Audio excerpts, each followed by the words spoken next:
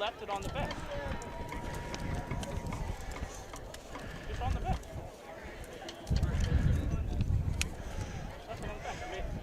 Good morning, everyone, and happy Thanksgiving. We're coming at you live from high atop the South Avenue Sports Complex. We're out here in the elements today. It's a hood up and jacket on kind of morning here in Glen Olden, Pennsylvania, as we get ready for our annual Turkey Bowl between your Interborough Buccaneers and their longtime rival from down McDade Boulevard, the Ridley Raiders.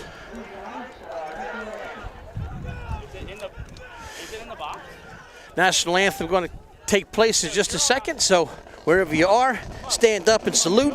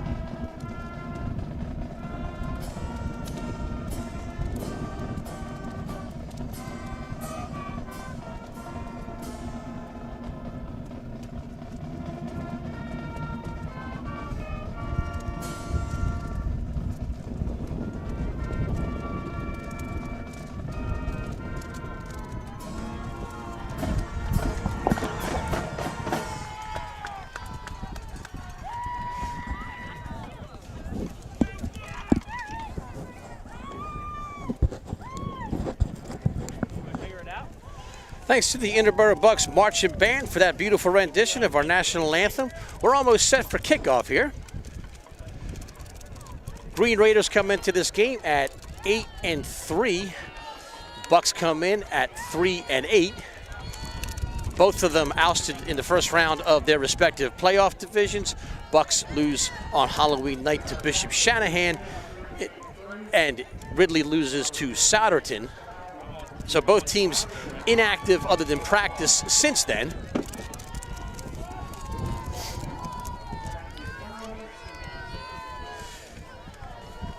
So the Bucs will take the opening kickoff. It'll be Tim Calamita at the 40-yard line to tee us up.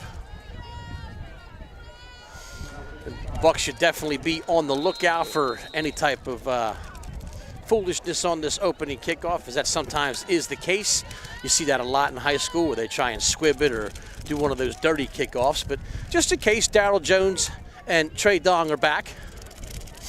This is going to go to one of the up men, and it'll go out of bounds, so we'll have a flag on the opening play. But we are underway at South Avenue.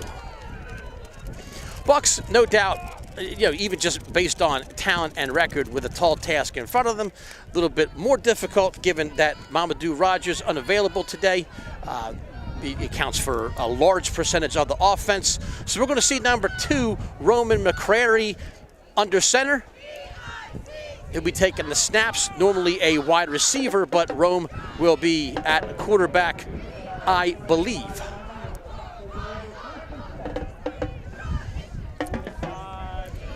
We'll see a lot of Mason Marshall Spates, a lot of Darryl Jones.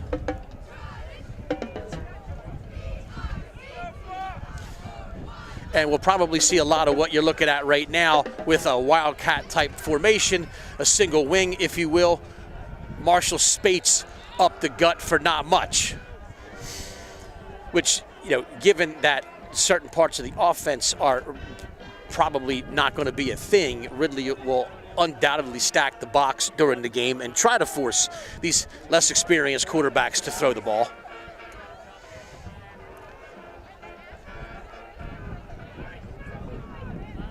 As you can see, 8 in the box. Jones in motion. It will not go to him, but a hole for Marshall Spates.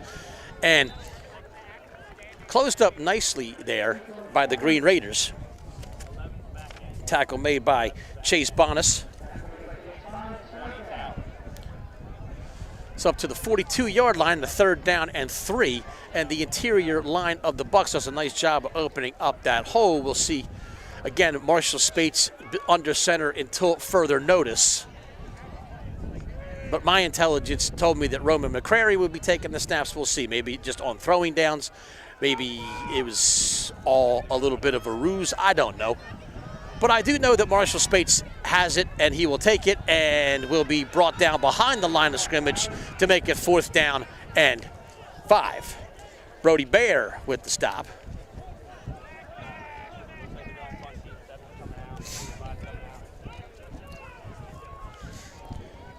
And he will also be back deep to receive this punt.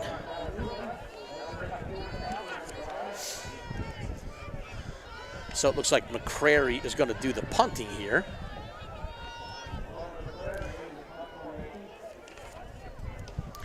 And it's a windy day, wind blowing away from us right now. So it's at our back, so it's blowing out towards like the baseball fields, if you're familiar with the terrain here at South Avenue. Low snap, and McCrary somehow is able to get a line drive punt off, picked up by Bear at the 35-yard line, and he'll cross over into Bucs territory to the 48, and that's where the Green Raiders will take over. 2 minutes and 10 seconds gone in the opening quarter.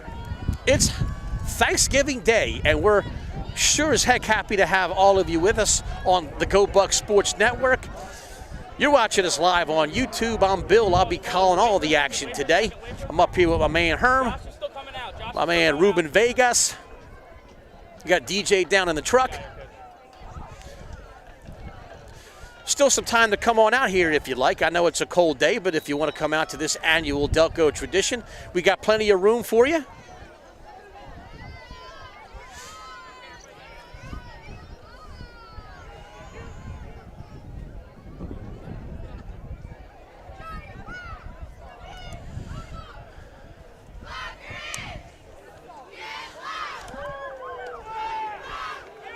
And first play of the game, Solomon Jackson, the senior quarterback.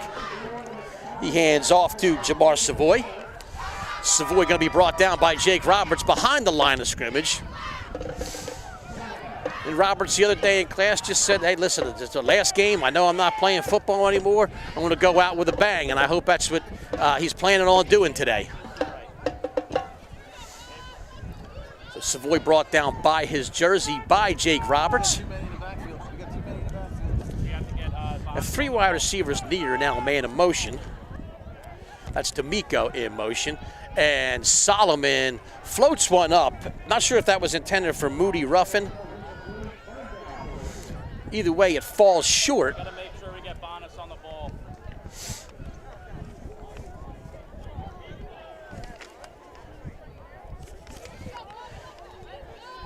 Pass could have also been for Gabe Smith.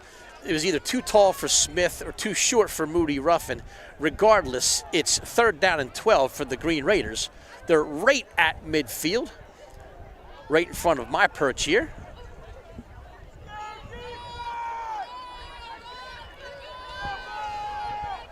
Bucs look like they're set to blitz. They're not, but they are going to go with a big front, and going to be a 1st down on the screen. Jackson Burwell. And a well-designed play there as the Bucs sold out, trying to apply pressure, but let Burwell sneak out of the backfield for a well-done screen and a 1st down for the Green Raiders at the 32-yard line. So 18 on that play. Tight. And refs no doubt will spot the ball and get the clock ticking again.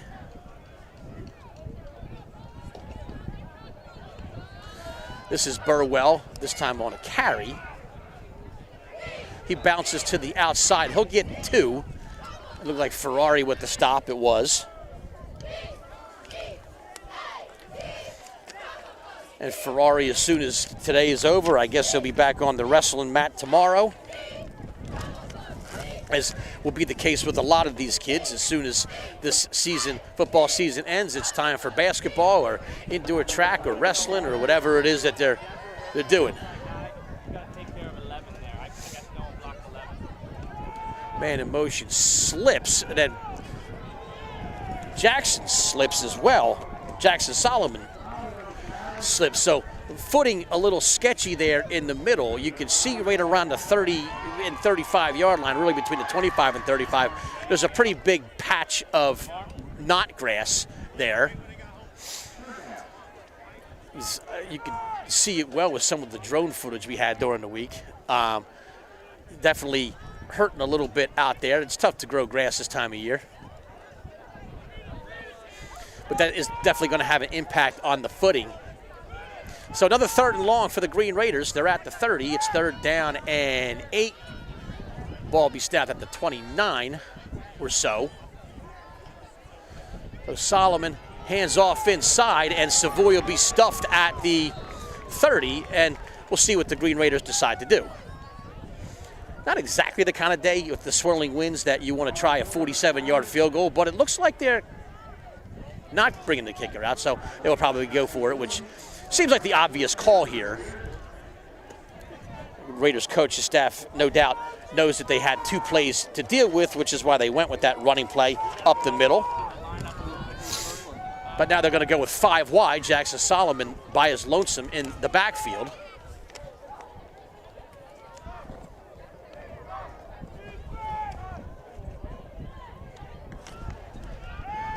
Solomon, backside pressure. He's going to take to the ground himself and pick up the 1st down. He had plenty of open road in front of him, and he'll get inside the 20 for a 1st down. Get him. Get him out. Get him out. Get him out. Get him out. Get him out. Get him out. So 20-yard line will be the line of scrimmage.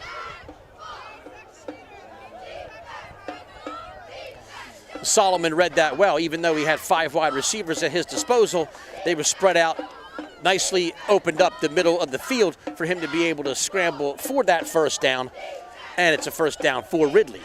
So Ridley moving the ball nicely as we go inside of 6 minutes here in quarter number 1.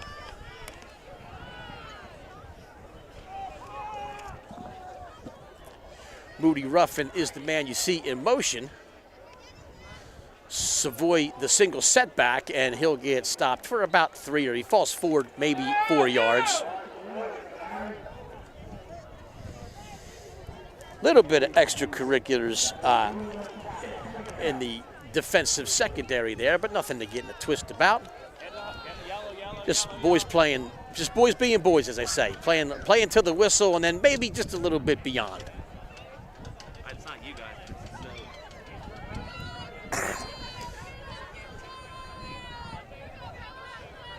This time Solomon rolls out, and he's got a man, and he's going to go in for a touchdown. That is Kevin Farley out of the backfield. And the Green Raiders will jump out to an early lead. Extra point pending.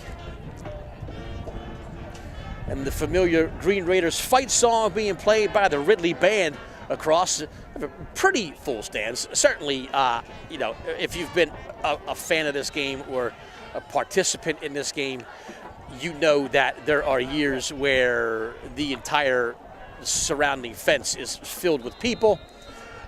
Rick, if you pay attention to I think the cold has a little something to do with this. Perhaps the very fact that some of you are home in your living rooms right now watching this, where it's a lot warmer, that might have something to do with attendance as well. But I'm not going to complain, because then I'd be out of a job, and who wants that around the holidays? So 4:42 to go in quarter number 1. Green Raiders with a nice stop, a 3 and out on the Bucs on their initial drive, and they methodically move the ball down the field, shoot up about 5 minutes or so. Some mixes of passes and runs, well designed, well called by the Green Raider coaching staff. And they'll kick off again. Ball will be spotted at the 40-yard line. So I want to give a special thank you. I got all kinds of special thank yous and shout outs today. And, you know, depending on how interesting this game remains, you may hear them all or maybe not. But Tim Calamita at the 40-yard line, he's going to kick off. McCrary and Darryl Jones, and it's the freshman at the 10-yard line. He gobbles it up, and he's going to go. One of the fastest men in the school, Darryl Jones, looking for a hole. Almost got to the outside, but a nice job grabbing the leg. Chase Bonas able to hold on to that leg and get the stop. And he'll go back to his defensive secondary position, and the Bucs will be back for their second offensive series. They went with Marshall Spates out of the Wildcat. We'll see if that is the same or different. Now we do have McCrary under center, as advertised, which is good because I don't want to be accused of being fake news on a holiday. He hands off to Marshall Spates, and he's brought down by several Green Raiders. The man leading the charge, Brody Bear. I'm sorry, that was Tamir Moody Ruffin. But there were about a half a dozen Green Raiders there.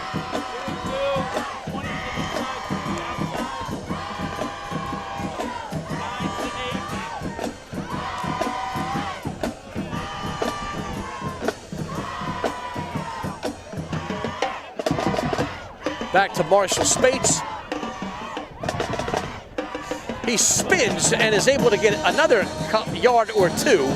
It'll be third down and about 7 when it's all said and done. Both teams out there adorned in their traditional home jerseys, which is always the case for the Thanksgiving Day game, regardless of where it's played. Bucs wear their black jerseys with the gold pants. Green Raiders in their green on green. White stripes on the shoulders and the numbers. It is a beautiful sunny day. Yes, it's a little cold. Yes, it's a little bit windy, but it's a nice day for some football to kick off your Thanksgiving. Hopefully a day of watching some football. And Darryl Jones is going to lose a couple. Didn't seem to fool too many people there. Johnny Palladino first on the scene. And it'll be another 3 and out for the Bucs.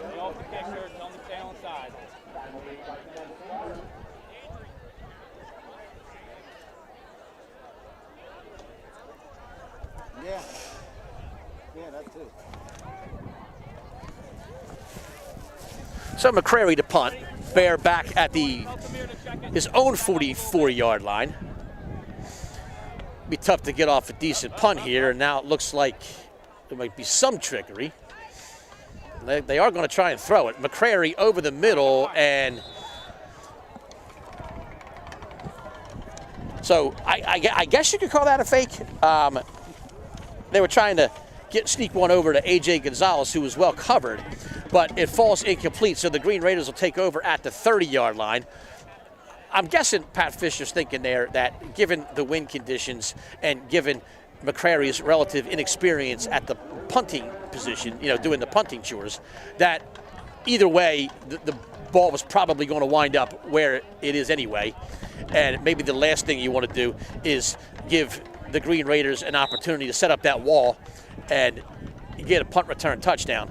That's my thought. He probably saw the last punt, which was a low-line drive that Bear fielded nicely.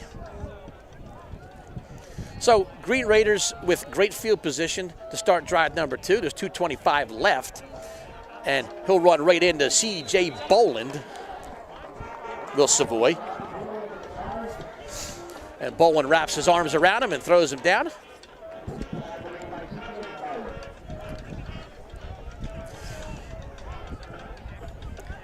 If you are here listening on your headphones or your transistor radio or whatever it is, stop by the senior snack stand. We have a wide variety of typical football game fare. Hot dogs, pretzels, Wawa Sizzlies. We also have Tom's Travel and Coffee over there. He's got a little bit of a line over there. The coffee is delish. Had a lemonade from him the other day. It was quite good. And wide receiver screen, not going to go for much. Bucs do a good job of reacting to that. A little bit slow to materialize. And again, throwing the ball in this wind is just insanity right now. I know at field level it's not quite as bad, but still, definitely harder for the two quarterbacks in this game than it would be on, a late summer or early fall morning.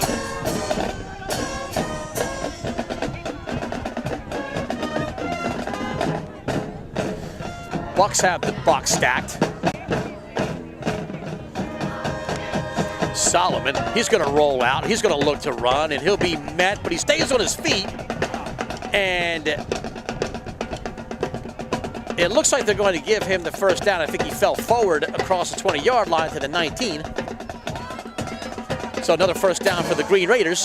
They'll spot it just inside the 20, so another red zone opportunity.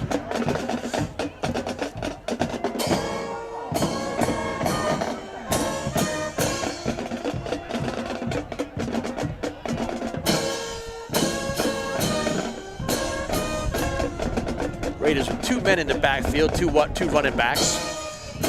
It'll go to Savoy. Savoy past the 10, inside the 10, so it'll be first and goal, Green Raiders. That'll be the final play of quarter number 1. So after 1 quarter of play, the Green Raiders have a 7-0 lead on your Interboro Bucs. Again, want to thank everybody for joining us live on YouTube, and want to thank the folks at Go Bucs Sports. Want to thank the Kaleidoscope crew and Mr. Herman for all of their hard work here. Want to thank all the fans for coming out here. It's certainly not like the best day to be sitting around. If you're, this is the kind of day that definitely makes the body creak, if you have like bad knees or a bad back or, anything hurting. This probably isn't the best day to be sitting out here. So, if you decided instead to sit home and cook the turkey or prepare whatever it is you're going to have for Thanksgiving later this afternoon, well, I am appreciative, and thank you very much for joining us for this Delco institution. This game played almost every year since 1965. Occasionally, back in the late 90s, early 2000s, there were a couple times where the teams were in the playoffs. Playoff configuration looked a little bit different, and sometimes this game was compromised. But they've kind of figured it out now that, basically, unless one of these teams goes on a really deep run. I mean, even a couple years ago when the Bucs were in the state playoffs, they still managed to play this game after both teams were eliminated from the playoffs. All right, we're back to game action. Solomon, he's going to keep it. He gets to the outside, and he will essentially walk into the end zone. Now, there is a flag. There's a second flag, so this touchdown might come back. Guys, come on, let's go. Green Raider band not going to strike up the fight song quite yet. They'll wait on the call from the official, which I imagine will be a hold based on the proximity of the flags. Raider coaching staff to my left doesn't seem all that pleased, so I kind of feel like they saw the same thing the official saw. But we'll wait for the official call.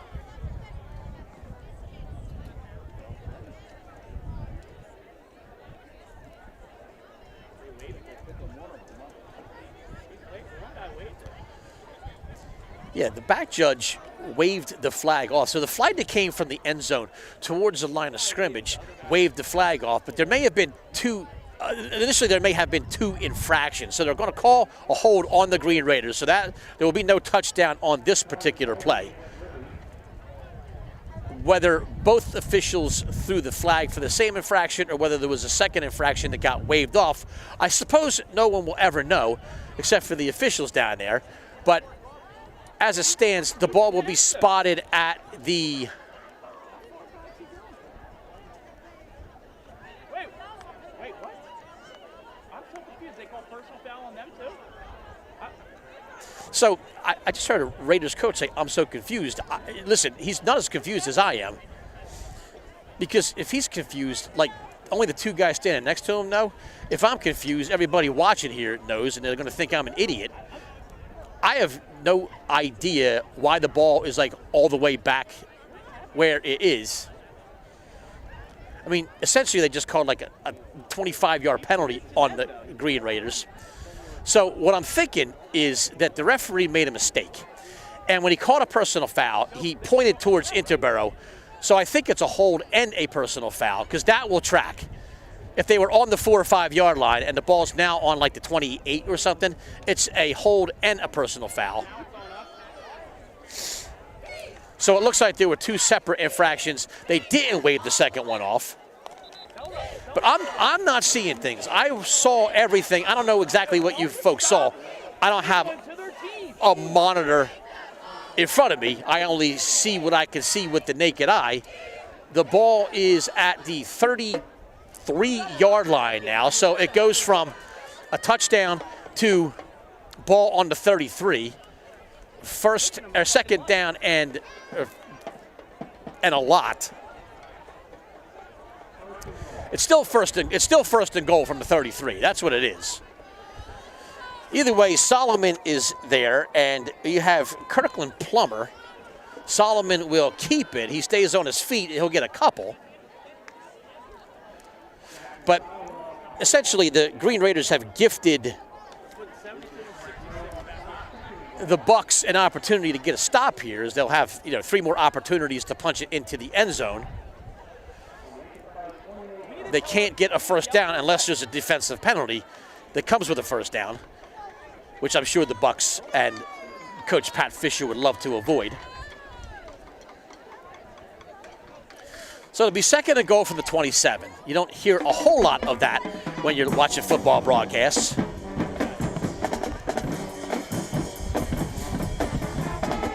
To the sweet sounds of Hawaii 5-0 comes this second down play. Solomon, a little strong, intended for Gene D'Amico.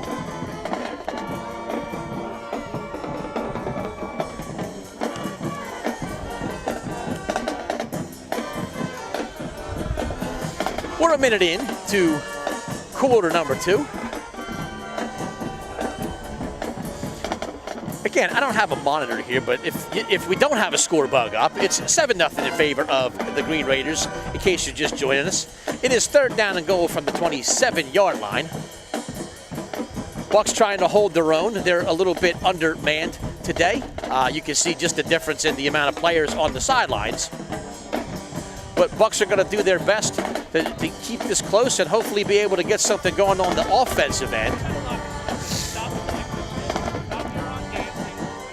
Looks like a timeout was called, and I didn't see which side called it. We'll wait for Hall of Fame announcer Ed Barrar to shout it out in a second.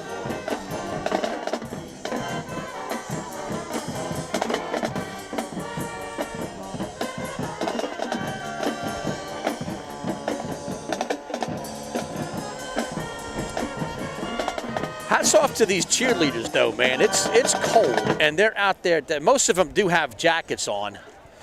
Although, got to double shout out to Aaron Monahan out there with just the regular attire, no jackets. He says, "I'm the captain. I'm front and center.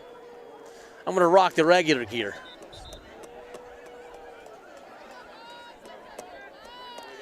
All right, so third and goal from the 27-yard line. A really rapidly played first quarter has slowed down to a snail's pace here in the second quarter. Solomon. He's got a man, a little hook and ladder, and the footing is bad. So the pass was to Joshua Alashore. He flips it back to Kirkland Plummer, who slips and falls.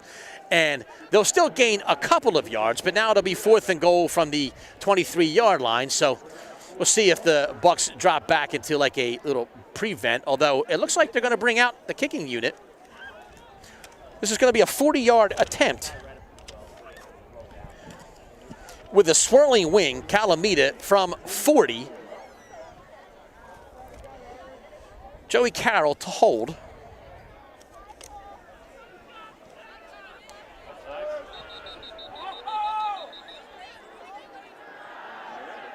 So the kick was good. They threw a flag. I don't know if it was drawn off or whatever. Now they're going to call it on Interborough, but that's going to be a decline penalty because that ball, I believe, snuck over that bar. They're moving it up 5 yards. Kicking it again. So they're going to give him another opportunity to kick. So the last one was a 40-yard attempt. This would be a 35-yard attempt.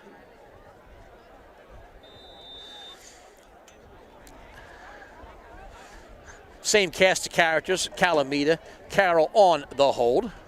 Nice snap, nice kick. That's a bomb, and it's good. So good leg shown there on display by Calamita, and it'll make it a 10-0 game. And that ball was all the way up the uprights.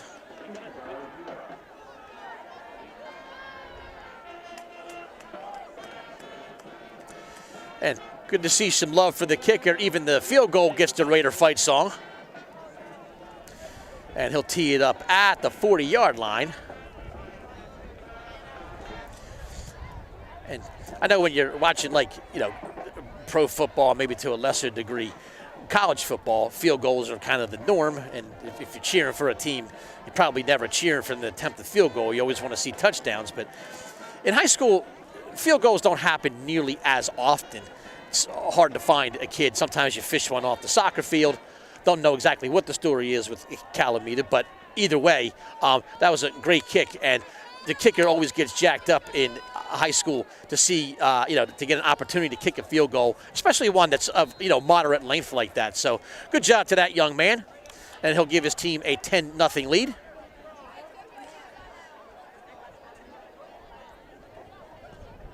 And that ball is going to be kicked high, and it'll go to Darryl Jones, and it'll go through the end zone for a touchback. And with 10-10 remaining in quarter number 2, your Bucs will take over there. And after 2 3-and-outs, they'll be looking to, get a little bit going on offense.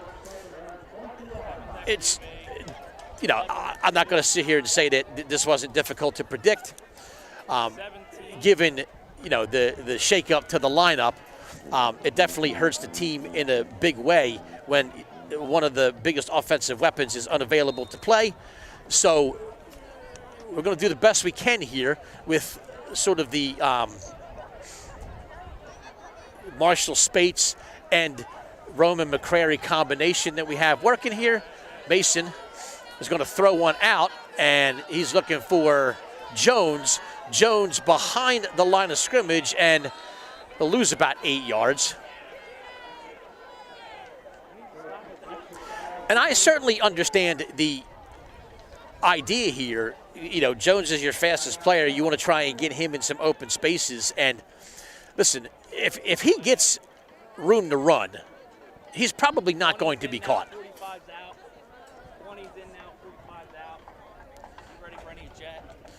It'll be 2nd and 18. 9.5 to go. Stay tuned at halftime. Joe Barrett, the assistant athletic director, will be up here for the Fainting Goat halftime show. We'll have some news and notes for you. Some shout outs, I am sure.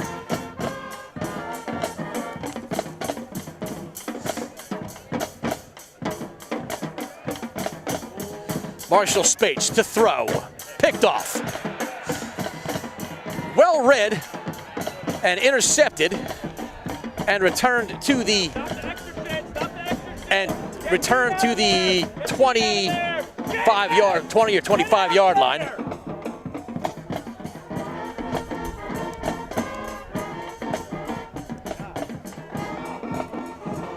Farley with the pick, and that'll put the Green Raiders right back in great field position. Ball down to the 15.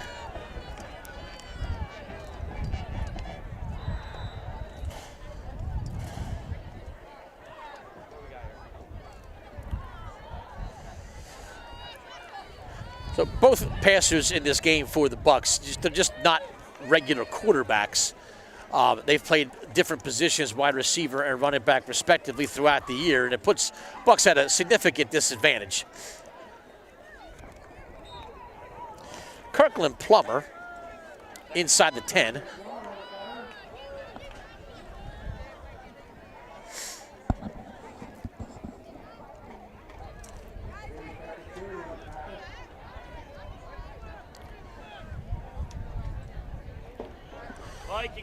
Vikings.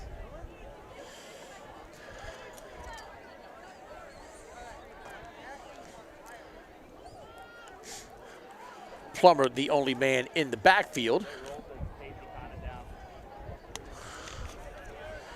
He'll get a first down, and we'll see if he can get into the end zone. He is. It's a touchdown for Kirkland Plummer.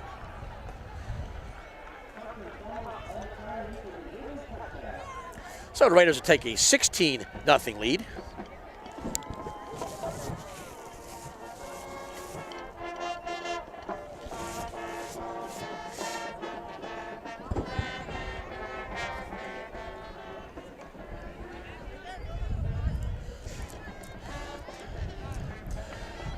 Well, we've been keeping an eye not only on this game, but on the line at Tom's Travel and Coffee. And I guess the cold's starting to catch up with some people, because the line at Tom's Travel and Coffee now is it's looking like back in the day when you had to go get concert tickets at like Boscov's, you know, and you had to like stand in line actually, you know, long before the, you know, buying tickets online. If you're my age or around my age, you certainly remember that. But needless to say, it's a long line at Tom's Travel and Coffee, and probably because it's cold. And it's a good day for coffee or hot chocolate. So when Tom goes home today, it's actually his name's not Tom. Oddly enough, his name is Bill. When Bill goes home today and says his prayers before his Thanksgiving dinner, I certainly hope he prays a prayer of thanks that he saw me a couple weeks ago, and I invited him out to be the official coffee provider of the Turkey Bowl here at Interboro. A chance meeting it was. I was going back to the soccer field. I saw him sitting there all by his lonesome. I said, you know what? We need a coffee truck for the Turkey Bowl. And lo and behold, here he is. But for those of you that are here and hungry, we got all kinds of snacks down there at the snack bar. There are Sizzlies, there are hot dogs. If you're still home watching, hit me up on the free text line. If you know, you know. We'll try and get you shouted out.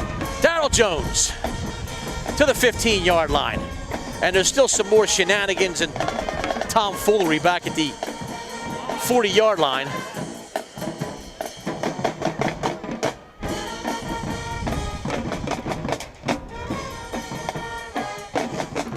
So Bucs with a little bit of a deficit here. It's a 3-score ball game as we go inside of 8 minutes to go. Again, the first quarter just like blew by. It has definitely slowed up a lot in the second quarter. McCrary under center. There's an I formation for you, which still is going to be difficult given that the Green Raiders really aren't expecting any throws to the outside receivers, and they're able to draw everybody into the middle. A lot of people on the stop there again. The one that stands out is, you know, big Seamus Hughes, 6'4", number 95. He's a towering presence. It's certainly one of the better, more well-known players on this Green Raider team.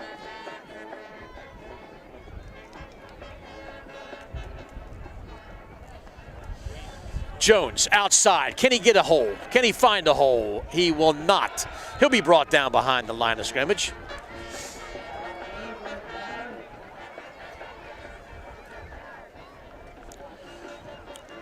So we'll bring up another 3rd and long situation.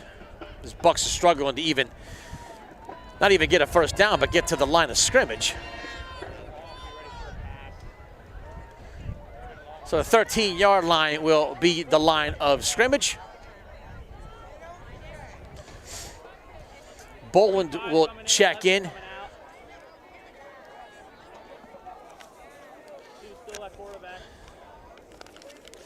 Petra and Curry, the wide receiver, will trot off the field. Looks like Marshall Spates will take this snap, and he'll keep it himself. He'll get past the line of scrimmage. He'll stay on his feet, and he'll get up to about the 23. So a decent carry for Mason. It'll bring up 4th. And at this point in time, again, a crosswind. We'll see if they just decide to punt it away again. 4th down and about 4 yards to go. So McCrary is, at least for now, in punt formation. We saw earlier in the game, they moved him up. Just given this gust of wind that's hitting me, this isn't going to be a real favorable condition for Roman to punt it. High snap, nicely done. Low line drive kick. And out around the 46-yard line. So Raiders have enjoyed, pretty good field position throughout the morning. There's 5:24 to go in quarter number 2. Green Raiders hold a 17-0 lead. They've been able to get scores on each of their possessions.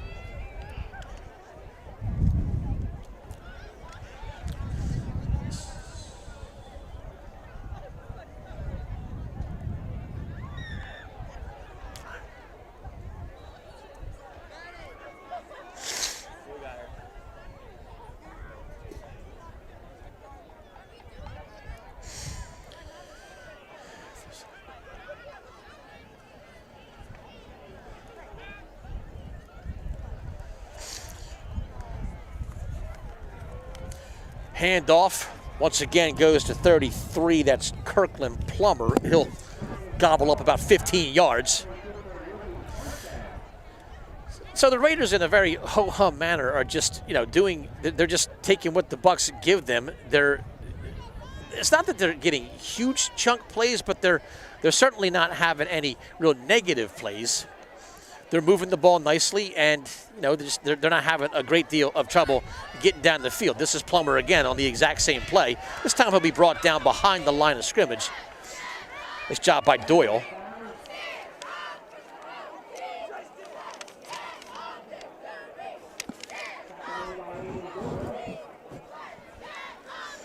So just a yard or two on that one for Plummer, and now another flag. And that occurred in between plays, so.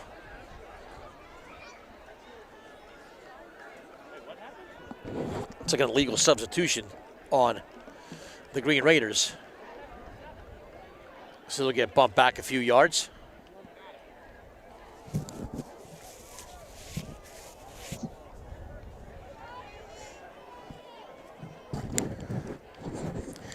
We are inside of 5 minutes to go here on Turkey Bowl Thursday, Thanksgiving morning. We hope that you and yours are enjoying at least the early part of your morning. Plenty of fun and family and football yet to go. 3 NFL games on the docket today. Lions always start us off. Lions and Packers at 1 o'clock. I think it's the Cowboys and the Chiefs after that. Then there's even an 8 o'clock game. I want to say the Ravens and the Bengals, but I might be wrong. But lots of football, and hopefully lots of turkey and stuffing.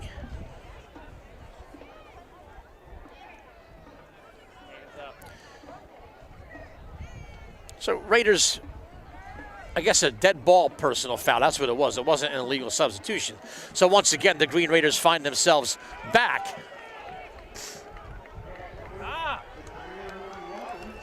And after each play, there seems to be like a lot of extracurriculars. And the refs have called some of it. They let some of it go.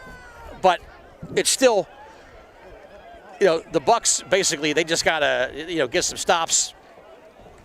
And don't, if the Green Raiders are going to taunt, if that is in fact what's happening, I'm not down at field level. Who knows what's being said. Again, as I said a couple times already, boys will be boys. A lot of them know that they're never going to do this again after today. So, coach calls timeout. 3:35 to go. We'll scan the crowd and see if there's anything interesting going on. Down in the administration corner, it looks like a lot of the dignitaries have dispersed. They had a little tent party over there. It looked like there's some snacks. I don't think we got an invitation. Did we? No. I guess did our invitation get lost in the mail or something? Maybe it got blocked by the email server, Herm. I see some Dunkin' Donuts down there. I bet you they got them chocolate frosted ones down there too. Probably just sitting there.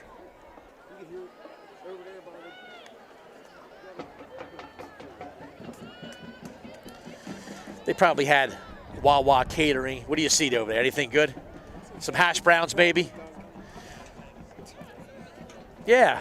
Our invitation got lost in the mail. The on-air talent and the man who brings you this game, Andrew Herman. And he said, fend for yourself, fellas. 39-yard line. 3rd down and long for the Green Raiders. Solomon floats it up in the air, and nobody's home. So it'll be 4th down and long. Tamir Moody Ruffin. And it appears that the Green Raiders may be forced to punt for the first time. So the Bucs do get that elusive stop, certainly aided by the Green Raiders, and that dead ball foul.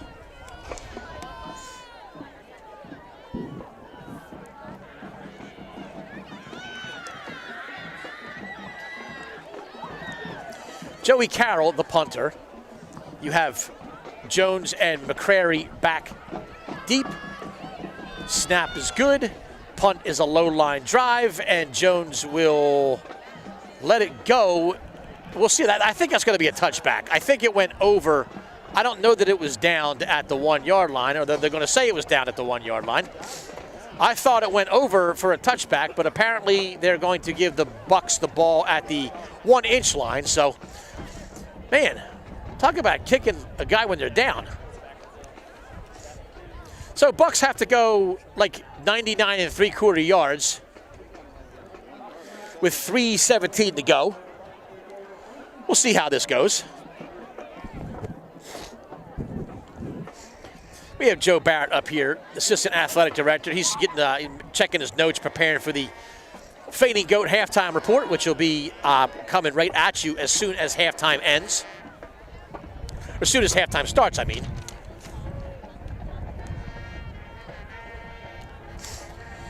And we'll see if the referees call this a safety or if they give forward progress to the line of scrimmage. No one's calling it a safety yet. And now they call it a safety.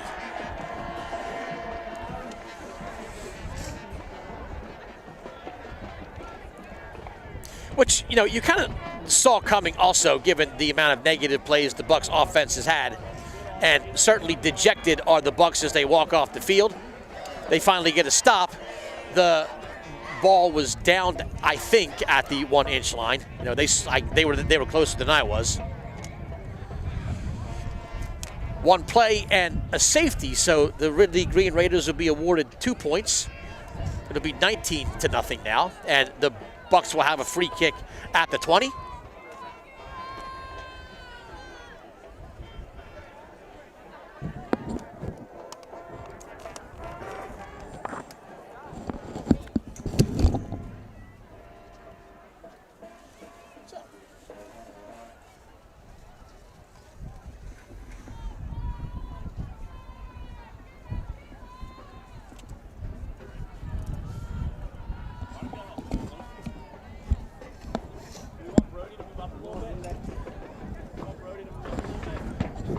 So we're set for a free kick with 3 minutes and 1 second to go. A dejected Bucs team, and the ball blows off the tee, because why not? When it's not going your way, it's just not going your way.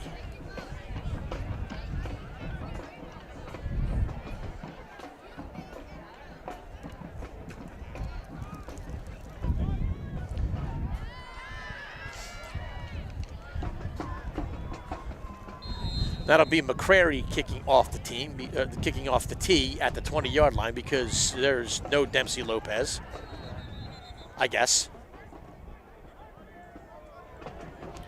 We'll try and we'll get the team down and see if we can get a Dempsey update.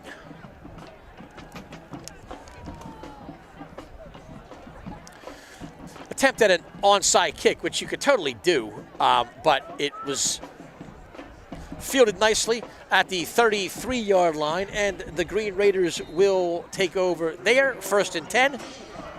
They have 3 minutes to work with.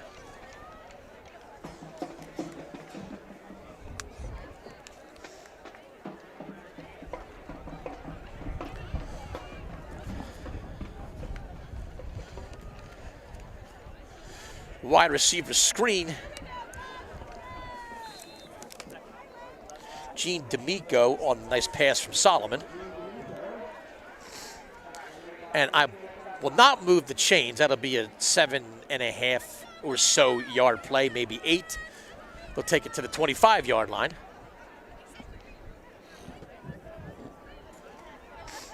Raiders in no particular hurry, nor do they need to be. They have a comfortable lead and want to try and chew up as much of this clock as possible.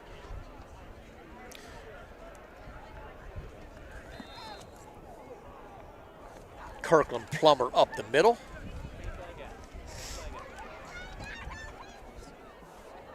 That will be a first down.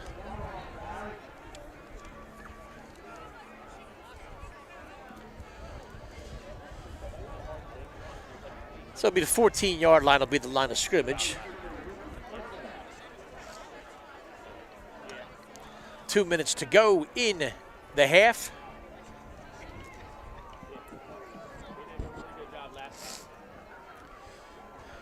It's Plummer right up the middle. Flag on the play.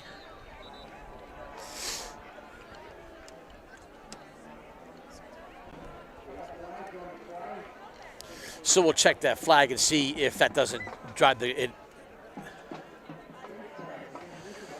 Okay, so the Bucs, it'll be a face mask, it'll be a half a distance penalty. That'll make it a first down, and it'll be first and goal for the Green Raiders.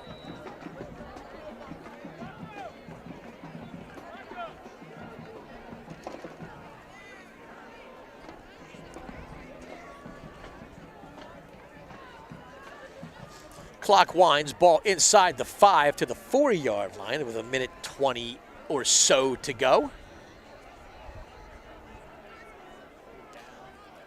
I formation set.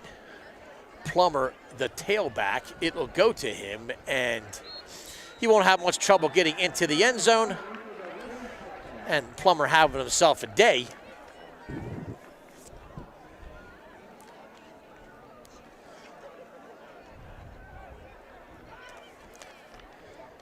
So 25-0 will be our score, extra point pending.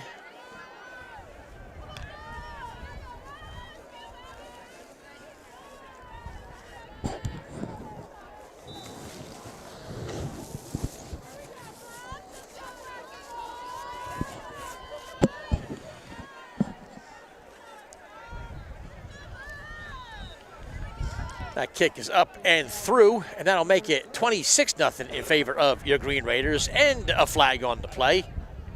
That was a frustration throw by that one official, so who knows what happened. I don't know if one of the Bucs said something or...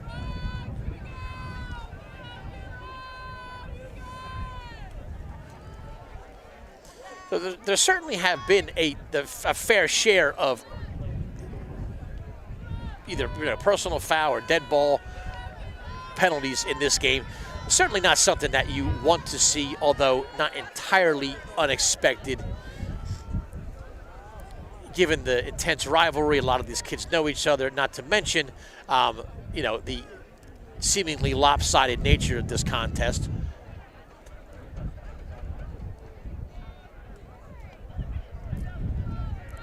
So this kickoff will now take place at the 45-yard line.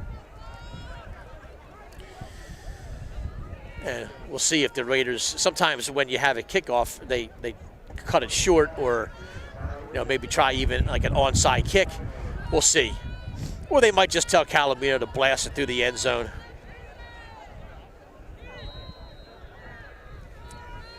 We're just over a minute to go.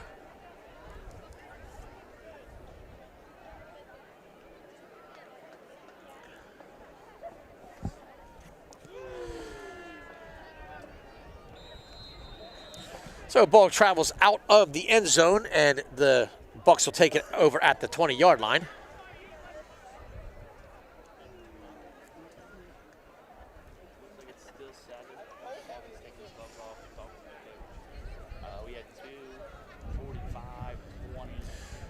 So not a ton of energy out here. Sometimes on Thanksgiving morning, you get a little bit, if it's a closer game or whatever, or maybe the weather's a little nicer, you tend to see a few more people here. I'm not going to say the crowd's disappointing, but it's certainly not the level of what we have seen. I mean, I've come here like as a kid and had to stand up on that hill over there by Hillcrest Avenue because there were no seats available in either stands. Marshall Spates fakes the handoff, and he'll be a yard or two shy of a first down. They do call it a first down. So first down of the game. A little Bronx cheer from some of the faithful over here. Although I think if they understood what this team was up against, they might be a little more compassionate. Marshall Spates for a couple. Flag on the play. 2 flags on the play.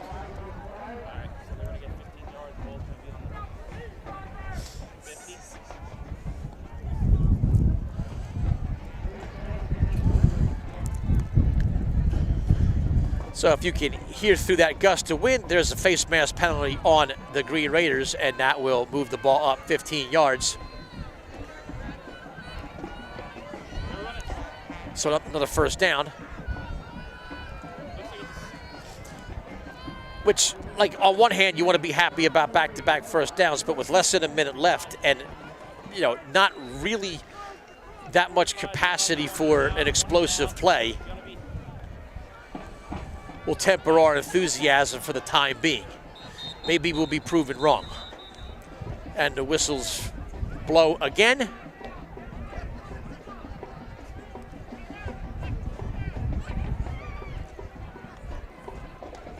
So they go. They want to get the clock situated. So they want to add a couple of seconds. It says 43.4. I think they want to add the 49 seconds. So they'll take so 48 seconds is the official time. And the clock will start upon the snap. It's Marshall Spates. He gets ahead of steam, but he doesn't get much. And Pat Fisher will call a timeout.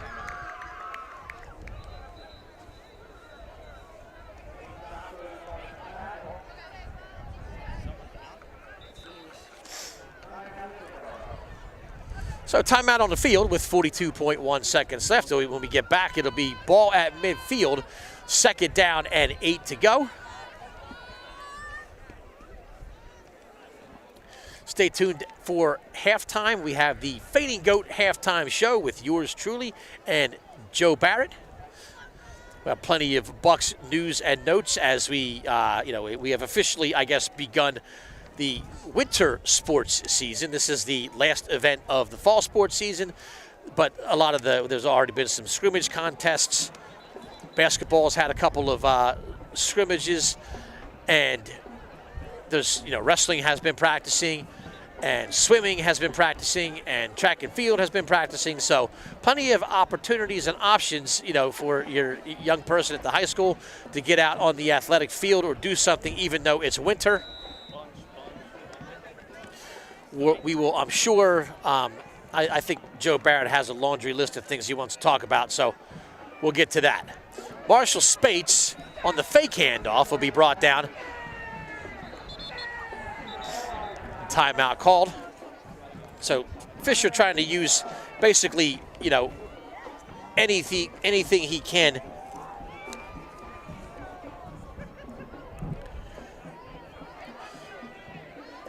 to try and punch one into the end zone here.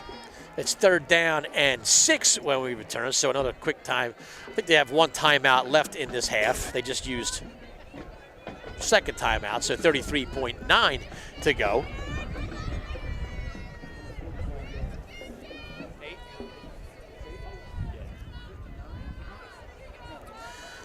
Still, all things considered, we should be able to get this first half completed in under an hour. Should the Green Raiders punch a few more in, we will move to running time in the second half. Right now it's 26-0, so they would need another 9 points to make it a 35-point lead and running clock. But let's not get too ahead of ourselves. There's a handoff to Jones, and this poor kid is having a time. They're going on the ball. They're going on the ball, clocking it. Get lined up. Get lined up. Get lined up. Get lined up. So it'll be 4th down. They're going. They're going. They're going. They're going. They're going. I know they're going. They're going for it. They're just gonna go. Nothing behind. So Marshall Spates, he turns around and almost intercepted. McCrary was not expecting that ball. And I'm not sure they got their wires crossed somehow, but that ball will be turned over on downs. There's 6.4 seconds left, and we'll see if the Green Raiders want to toss one up into the end zone, or if they want to try a little something, or if they're just going to kneel on the ball and take this lead to halftime. But they'll take over at the 48-yard line. There's just over 6 seconds left.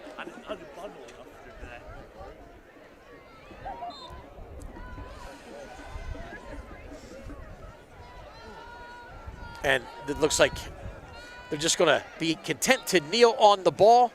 26-0 is going to be the score at halftime. Stay tuned for some wide-angle coverage of the Bucs marching band. They'll be on in just a second after they get set up, but we will, I guess, just kind of stay with. We'll just stay here for a second. Vegas going to try and get both of us on the screen. I try to keep my face off TV as much as possible. You'll see why in a second. But Joe Barrett will be here and joining us.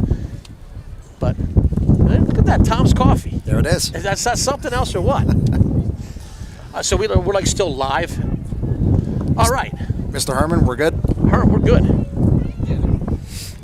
Did you cue the intro music for the halftime show or no? We haven't gotten to that yet. All right, well, folks, I'm joined at halftime by Assistant Athletic Director Joe Barrett. If you're from the Interborough community, you've probably seen him before. I am Bill Soroka, and this is the Fading Goat halftime show. Not going so well for the Bucs so far. No, this is not the first half that we wanted or anticipated, but first of all, happy Thanksgiving to the Interborough community. No doubt. This is a tradition unlike any other, to steal a line from the Masters. It's great to be here, although I do have to possibly blame you, Mr. Soroki. I know you made a comment about the crowd not being as big as it's been in years past, and I think that's because people would rather listen to you because of this live streaming capability. And I said, like, I'm sorry. I don't know if I'm hurting the bottom line here at the for the game. I don't necessarily think it's me. I'm sure if they had a good announcer, we'd probably have like nobody here. They'd all be home watching the game. But I'm what money can buy right now. Yes. I'm the best that you got, I guess. Yeah. But we'll do the best we can, and we will try to bring you a good second half, and hopefully the Bucs have a little bit of comeback in them to make this a little bit more of an entertaining contest. Yeah, and at the same time, for those of us that are here today as a proud Interborough alum like I am, there's nothing better than seeing all the different class members and alumni from all different classes. From catching up with a lot of people. Yep, with the class of 2025, they all seem to be back in full force. I think they're all here. Yeah, as well as people just as old as we are here as well. So it's great to see everyone out today. We appreciate the support, and hopefully everyone's going to the senior snack stand right now as we are the class advisors. So hopefully you can go down there and yeah, hopefully they're doing some good numbers down there. And just we want to thank all of the student volunteers for being here. That's fantastic that some of these kids gave up a holiday, part of a holiday, to come here. A lot of people who are working today get holiday pay, but when you don't get anything to work, holiday pay is like a moot point. Correct. But we have these great kids here to help us out. And before the marching band comes on, yes, I do have a few announcements regarding our sports. This is the conclusion of our fall sports season, and winter is about to kick in. Boys basketball starts their season officially on Saturday against Unionville home. And we also have a girls' home game as well as wrestling this week at Interborough High School, because we do have 3 full school weeks until our next break.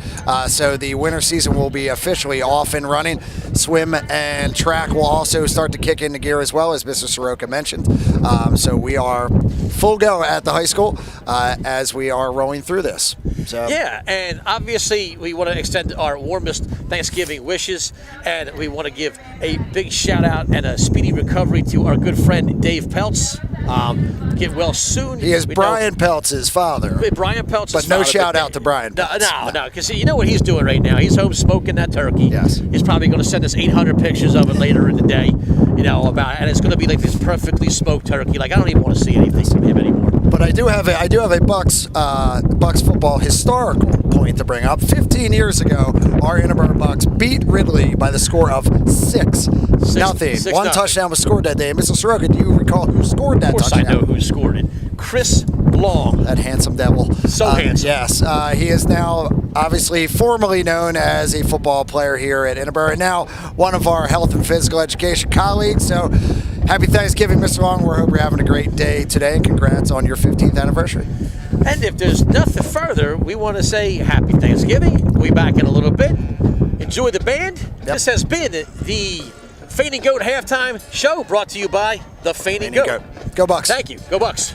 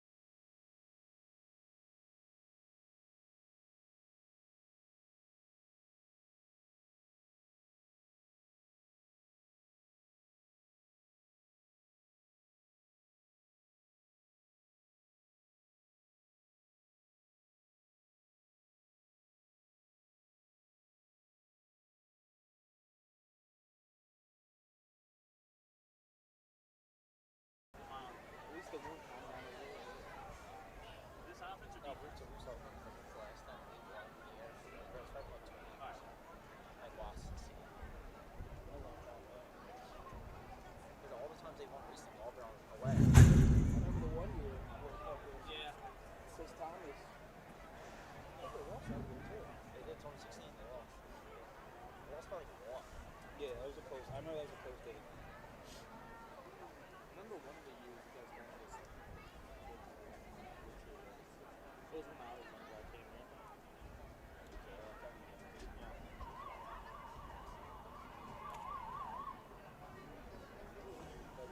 My senior year, we lost 8-6. That game was brutal.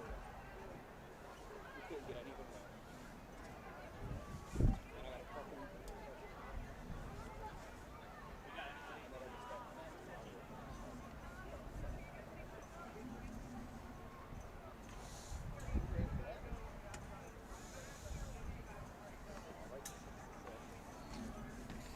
Be ready for the big go out. Boot you right up middle. Be ready.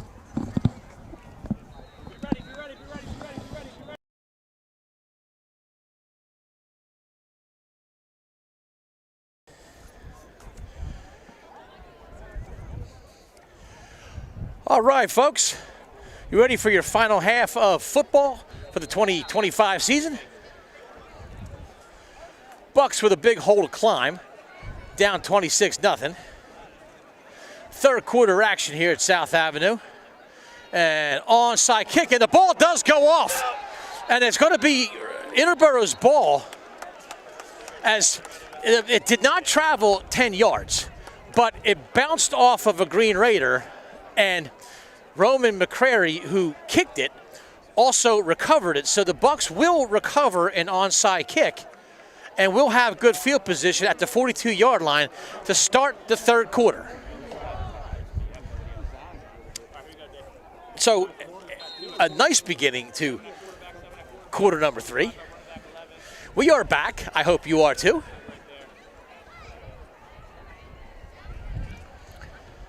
Marshall Spates to Boland.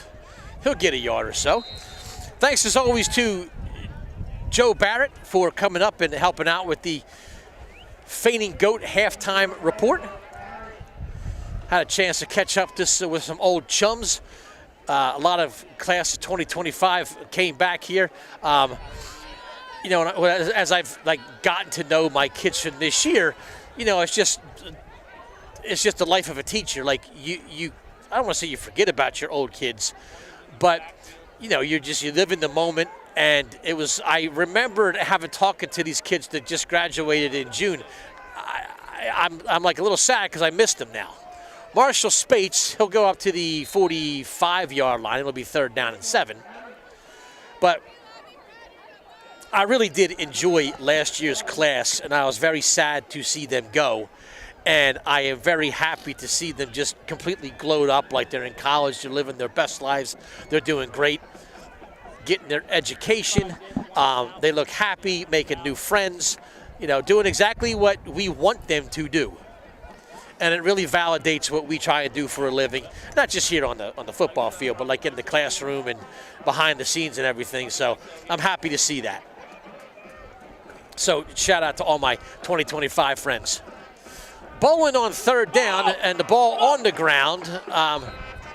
It'll be recovered by Interboro. I don't know if they'll give him forward progress or they said he was down by contact. Apparently not.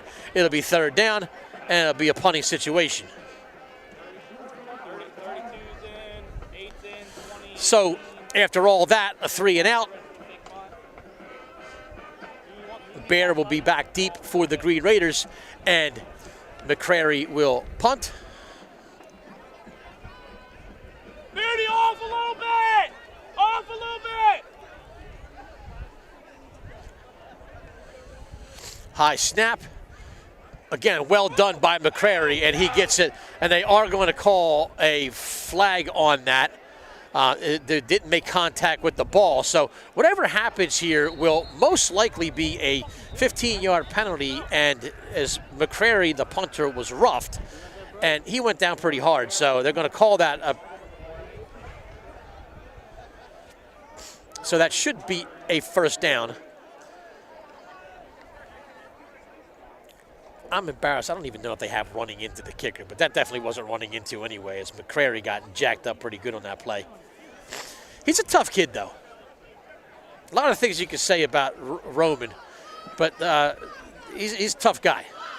He's not going to come out or anything. He'll be right back in there.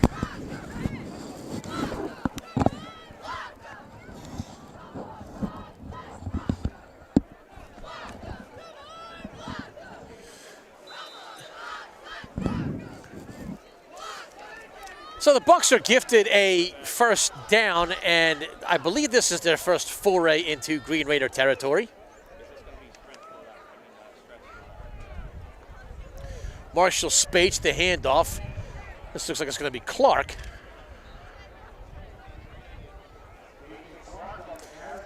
Clark really besieged with injuries this year. Really was, I think, expected to be a much bigger part of the team than he was, but, you know, just not able to stay on the field. Been banged up throughout the year.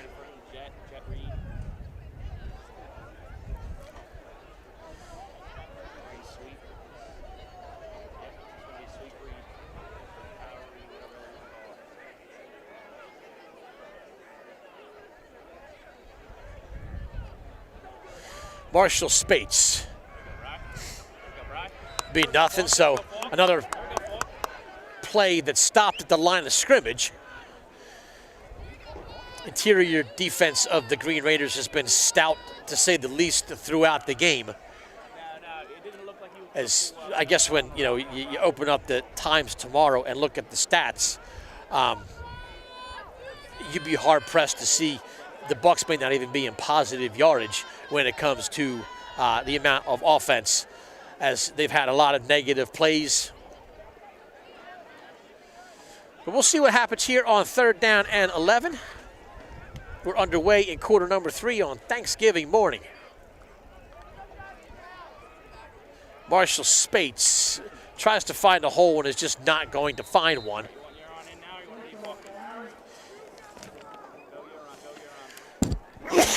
Jace Tate and Seamus Hughes with the stop. And it'll be another 4th down.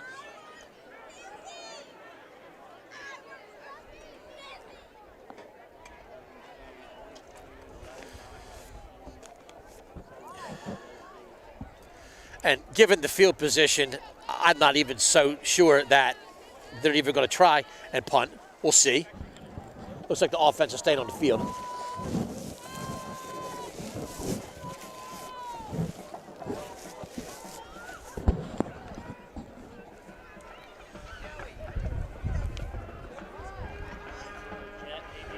So Marshall Spates, the lone man in the backfield, 2 wide receivers on both sides, Petcher and Curry, the man in motion. A high snap. And it looks like it could be a double pass. We'll see. Jones, and again, goes backwards. So that'll be a negative play and a turnover on downs.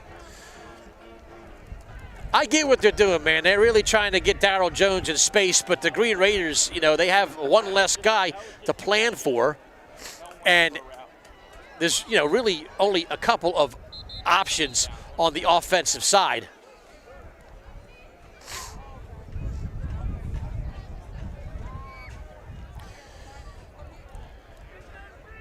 So clock will stop with 6:55 to go. It'll be a turnover on downs, and the Green Raiders will take over 1st and 10 at the 50.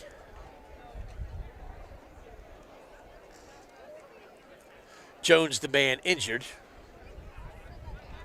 Seems to be favoring his ankle.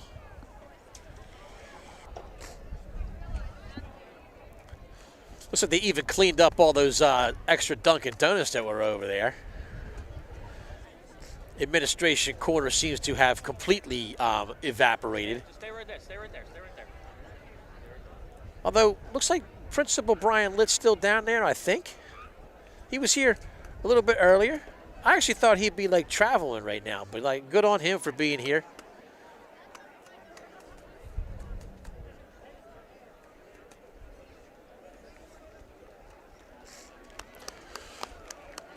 See Russ Perry down there. Always good to see Russ. He's always yoggle-doggling with the locals. Thought maybe he'd be over at his other job right now, which I'm sure is probably hopping.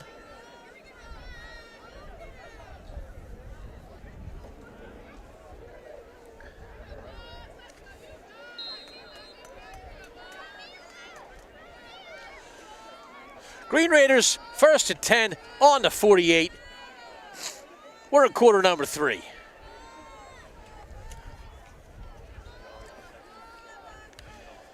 And the man who's done really the bulk of the carries in the lately, Kirkland Plummer, he'll get about 4.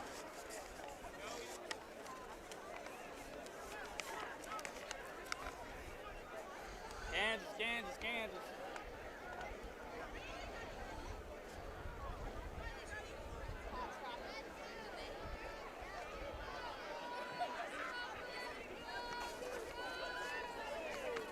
Only man in the backfield now is Walsh.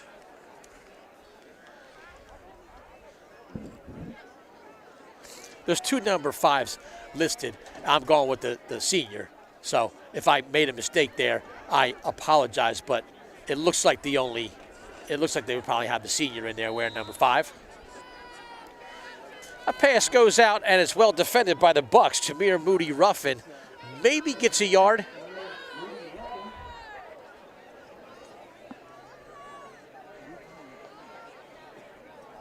Tornado.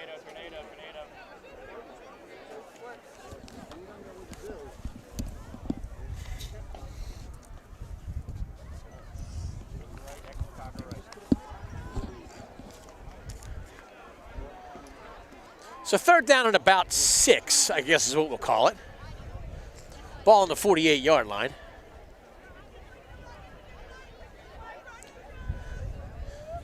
Plummer again.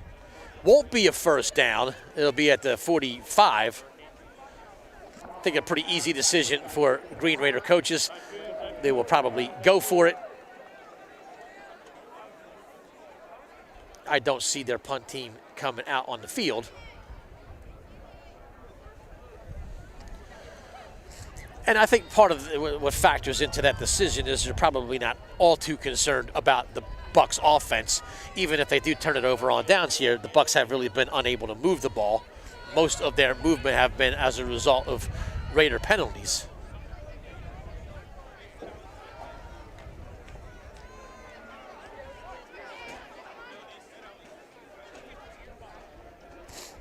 And a keeper on the play, and a nice job by the young quarterback.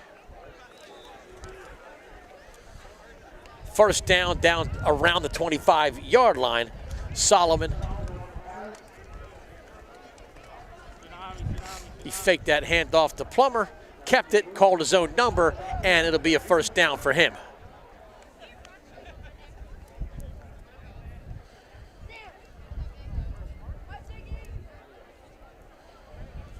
So Raiders with under 4 to go in this quarter. Moving the ball nicely again. Walsh.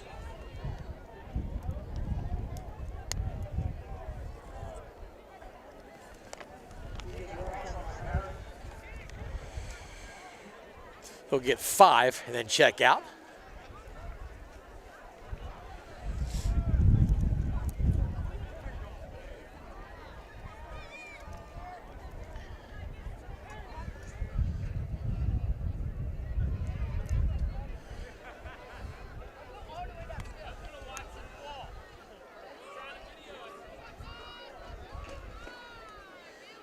This is Savoy, who we haven't seen a ton of since the first series of the game. Savoy had a couple carries. Haven't seen much of him since, but he's back in there now.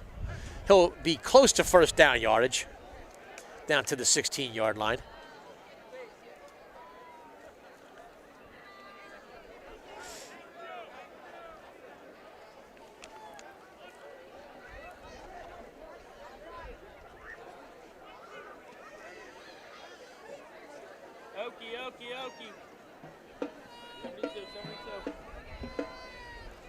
So 3rd down and 1 play. Plummer, the single setback, it'll go to him. He'll try and bounce off, and it's going to be really close. Doyle grabbed hold of him, and he may have been shoved back, and they're calling it a 4th down. So it'll be 4th down and short.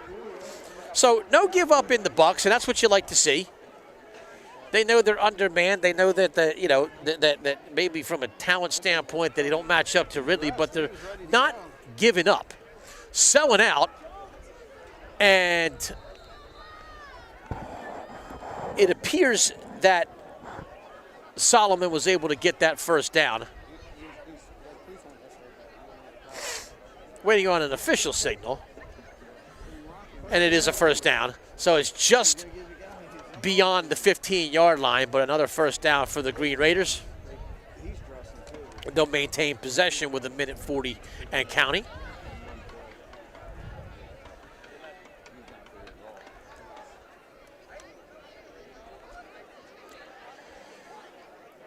And as you would expect at this point, both teams probably taking their time, keep the ball on the ground, clock's moving. I bet you there's a lot of empty stomachs out there. People want to get home and have some turkey. Solomon on the keeper, he'll get 7.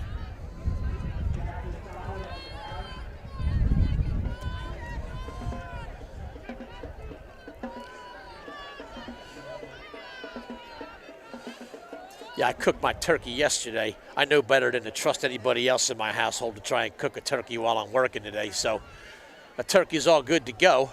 We'll get some of the other fixings ready, upon getting home. Watch some football, eat real well, and I wish each and every one of you the same today.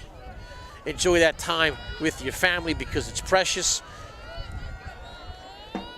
And enjoy whatever it is that you do on Thanksgiving. Just be safe, be happy, and be thankful. Ball in the back of the end zone for Moody Ruffin, but incomplete.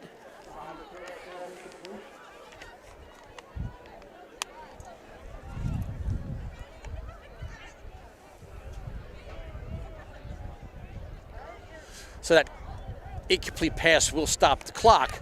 23.7 to go in quarter number 3. And the realization has to be setting in on a lot of these young men that this will be their last quarter of football. For many of them, probably ever. There might be a couple of kids who might try and play some college football if they can.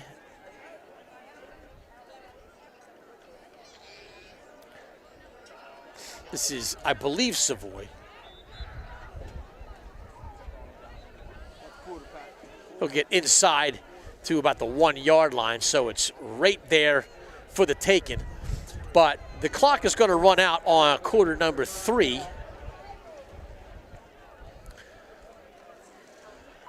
All righty. Well, folks, throw 4 fingers in the air. It's fourth quarter time here at South Avenue Sports Complex. No change in the score, still 26-0 in favor of the Green Raiders. But Green Raiders knocking on the door. And we will begin the fourth quarter with the ball all the way on the other side of the field inside the 1-yard line. Teed up real nicely for the Green Raiders to perhaps extend their lead even more. And just 12 minutes left in our season. And I always, like around this time of year, I think back when I guess it has been like 3 months or so, but it's been a little while. And as I get out of your shot, Vegas just don't care. He wants to get the extreme close-up of me, apparently. But I think back to opening night at Strathaven. We made our biennial visit to the Casa de John Vale and had, a time over there. I remember Mr. McLaughlin and my daughter and I went over there.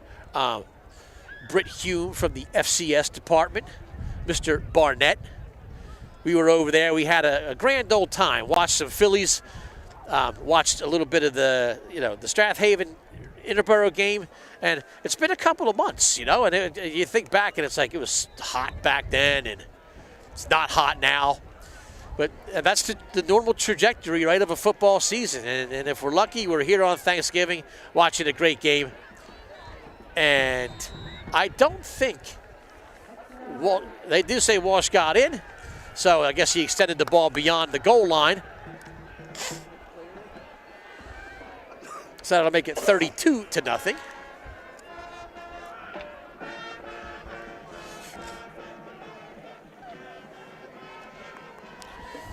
And you hear in the background that that Ridley Raider fight song, which we've heard a few too many times today.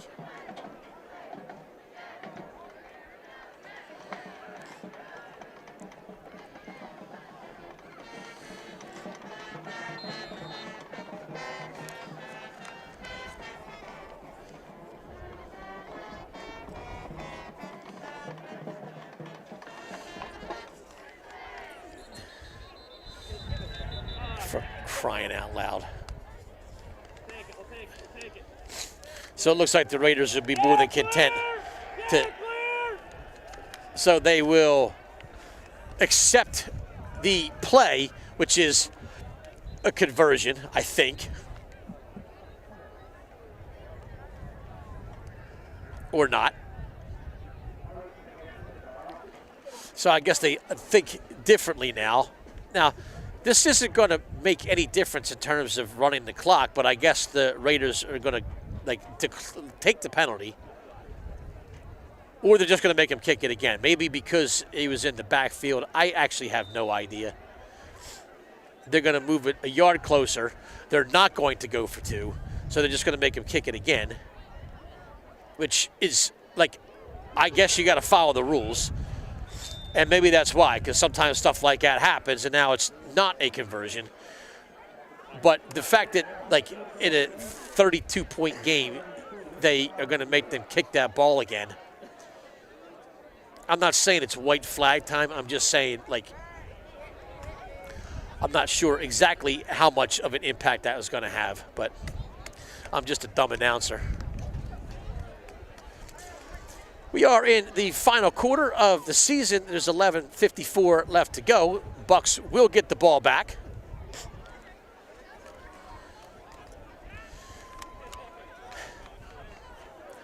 And it always breaks my heart when I get to this point of the year, because I want to mention 4 years ago on this very day, Thanksgiving, I saw my former student and good friend Sam Collington for the last time. We sat down here and spoke right at halftime, and, you know, I saw his familiar wry smile and sarcastic humor, and hoping that we would catch up and talk some politics a little bit later. And, you know, unfortunately, his life was cut short later that weekend. And I just want to, every time I get to around this time of day on Thanksgiving, I think about Sam, and I think about how much not only do I miss him, and not only does his family and friends miss him, but the world missed out on someone that was going to truly impact and change the world in a positive way. So again, it breaks my heart, but I always want to remember Sam. I will never forget that kid. I love you, brother. We miss you. And just all the best to your friends and family that I know joined me in missing you. And that's that.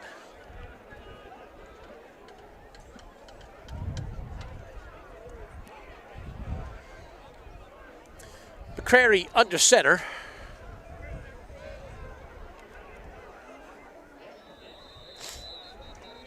And Jake Roberts on the carry. So we have officially reached silly season. Jake says, give me the ball. He says, feed me again. Give me some more. So Jake Roberts off from the offensive line is going to get the. So I don't know how many carries he's had in his career, but he'll officially go down. I think they'll say, you know, 1 carry for no yards.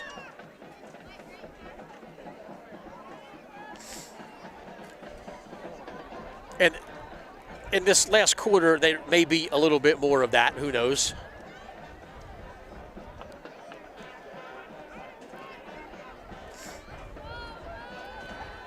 I formation set.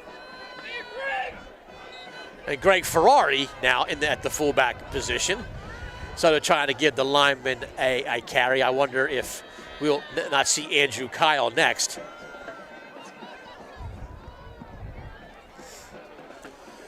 Ferrari is somebody that I actually think, like, given his, like, size and the fact that he's, you know, not always wrapped that real tight, you know, can probably do just about anything on the football field.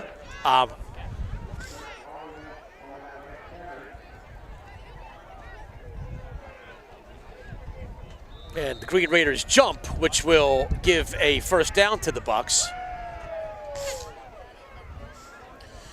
So Marshall Spates is still the tailback. I'm trying to see if that's not Greg at the fullback position still.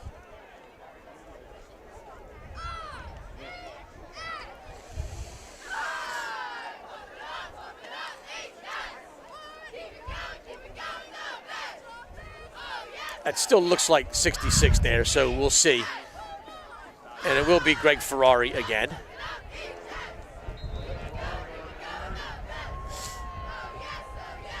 As well, at the conclusion of this game, we'll say goodbye to those three seniors up on the offensive line.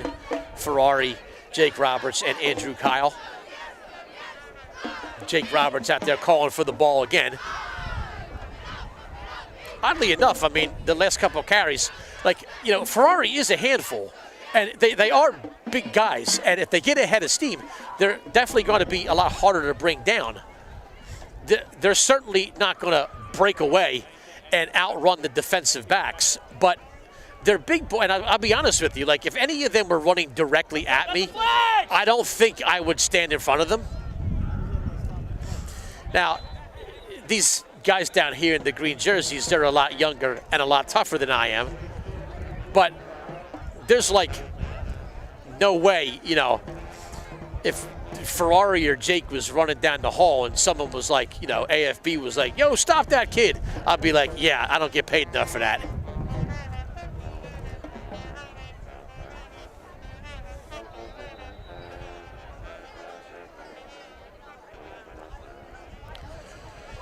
So it'll be second down after the penalty, and it's about 12 or 13.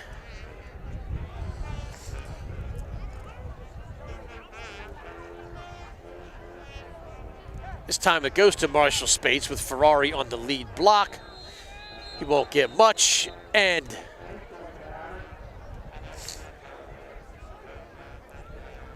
more going on after the play.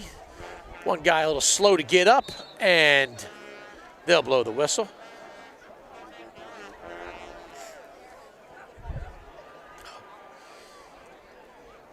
Jill and Kelsey get pressed into action. Coach Fisher will go out there as well. Timeout on the field with 8:36 to go, quarter number 4.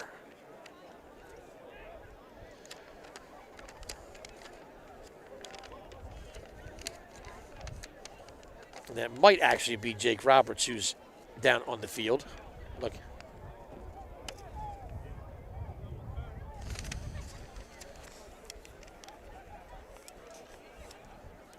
We'll confirm that in a moment. So you see some of the faithful on both sides really starting to trickle out of here as the game, the outcome, the final outcome of the game is not really in question. Some people might want to get a jump on. Some of the, there's not a whole lot of traffic. It's certainly not as bad as it has been in some years. So Jake will trot off, and hopefully this is not the, end of his high school experience, although he's definitely hobbling.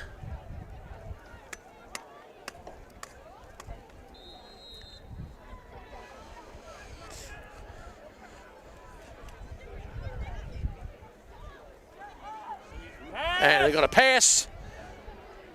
So that was about the slowest moving halfback pass I've ever seen in my life.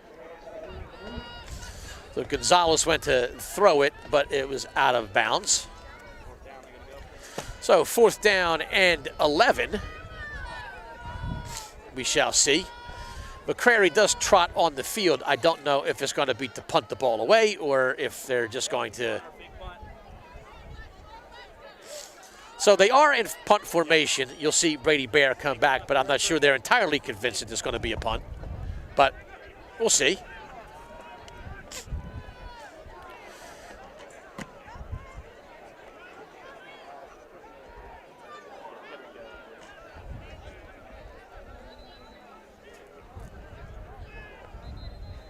And it looks like a timeout is called. So you always have to love a timeout being called to punt in a 32-point game in the 4th quarter.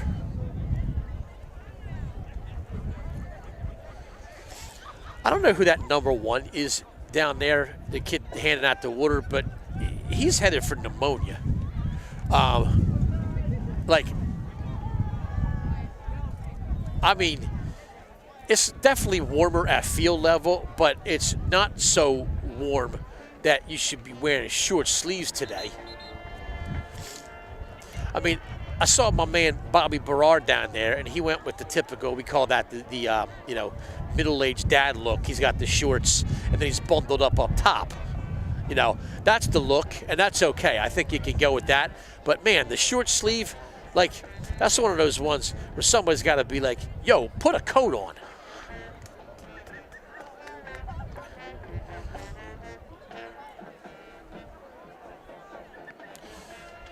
And a punt. And it'll go out of bounds at the 47. And we have officially reached the going through the motion stage. So 8:12 to go in the fourth quarter of the Turkey Bowl. Again, if you're still with us, I mean, there's no NFL football on yet. Maybe you're watching the pregame show or something, but hopefully not. Hopefully you still got YouTube locked, and you haven't started clicking the channels on YouTube. I'm sure there's some other content out there that you might be, find more enjoyable at this juncture. But if you're still locked in with us, well, I thank you.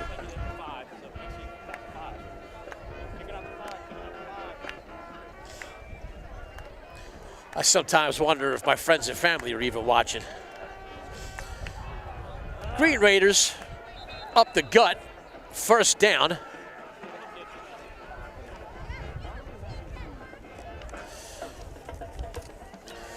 Plummer still doing work.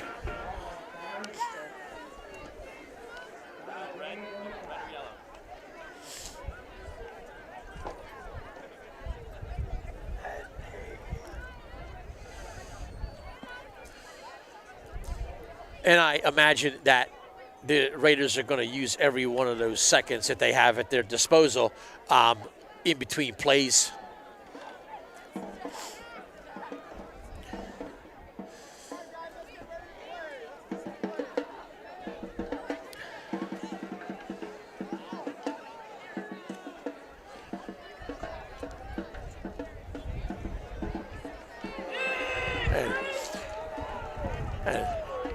So pass there by Joey Carroll, who may be the quarterback of the future. Nice stick by Dong. Find the ball.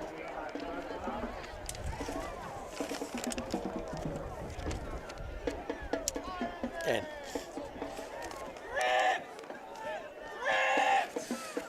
Gabe Smith on that catch took a pop. Be third down and about 5. So Carroll in at quarterback. The long line of Carrolls who played quarterback at Ridley.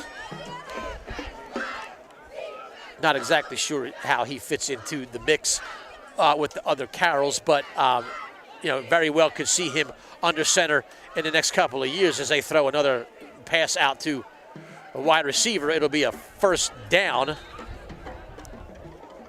That looks like Chase Bonas who made the catch there.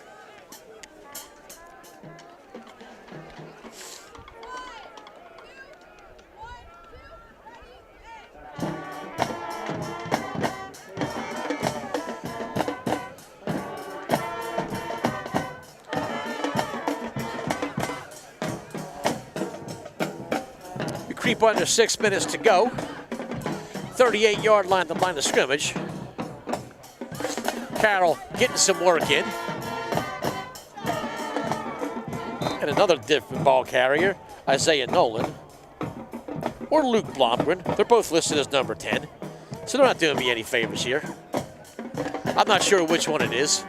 But either one of them is, so, if you're watching on TV and that's your kid that just carried the ball, it's either Isaiah Nolan or Luke Blomgren.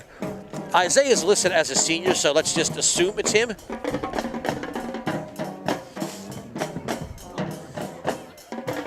Ball on the 30-yard line. This is Plummer. Plummer to the outside, still on his feet. Ball on the ground. Picked up picked up. It looks like the Bucs down the sideline. So they did a good positive play for the Bucs as the ball was put on the ground. Plummer going for some extra yardage. Cam Hooper picked it up, scampered down the sideline, and the Bucs will have the ball. So Cam playing one of his last games. He's a senior. Doesn't always see a ton of time on the field, so good for him in one of his last games to be able to, do something productive, pick up that fumble. He scooped it up. He scampered down the sidelines. Ball on the 42-yard line. Would have loved to have seen him take that to the house, but Green Raiders had him kind of cut off. So McCrary back in at the quarterback position, Clark the fullback, Marshall Spates the tailback. It's going to go to Clark.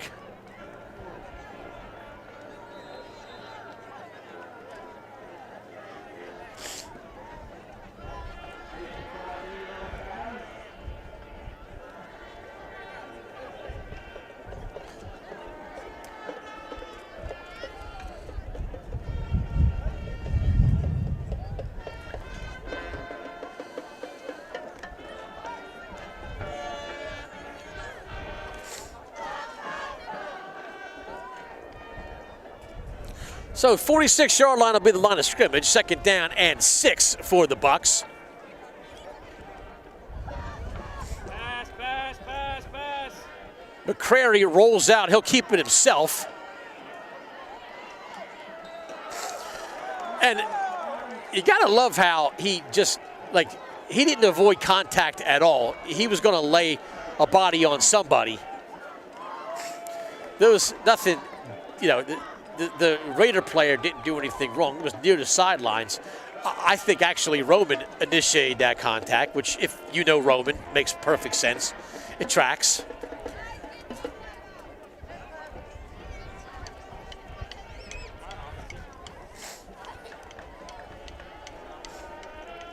And no doubt the Raiders want to tighten up because they're going to want to preserve the shutout. Always a badge of honor to put up a big goose egg in the last game of the year, so you're certainly not going to see any let up with the Raiders. They're going to want to try and keep the Bucs out of the end zone. And of course, by the same token, the Bucs know that the outcome of this game is not in question, but they love to save face and put one into the end zone.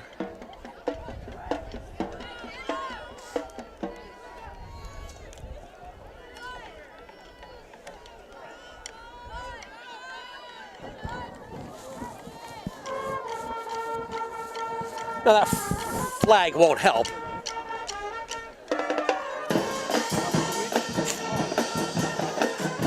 So the 47-yard line, the line of scrimmage in between the 47 and 48.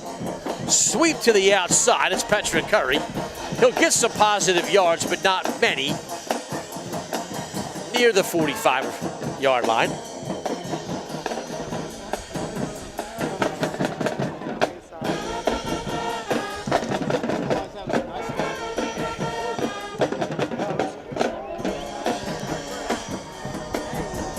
Got to give it up for that Bucs band, still playing, still smiling, still playing. Nathaniel Holt and Sid Convey coming off a fantastic performance as Cherry in the Outsiders, and Nathaniel was actually part of the crew. So our best kids, they stay busy, man. They do stuff all year long. But I want to congratulate Miss Haley and the folks in the play for 4 great performances of the Outsiders last week. Marshall Spates with a first down, by the way.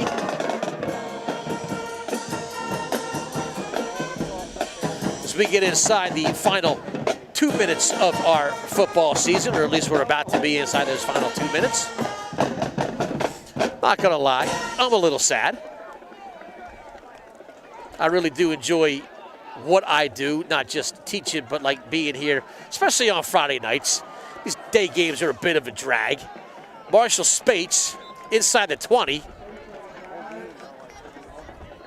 Be another first down. Not Thanksgiving. I mean, Thanksgiving is a tradition.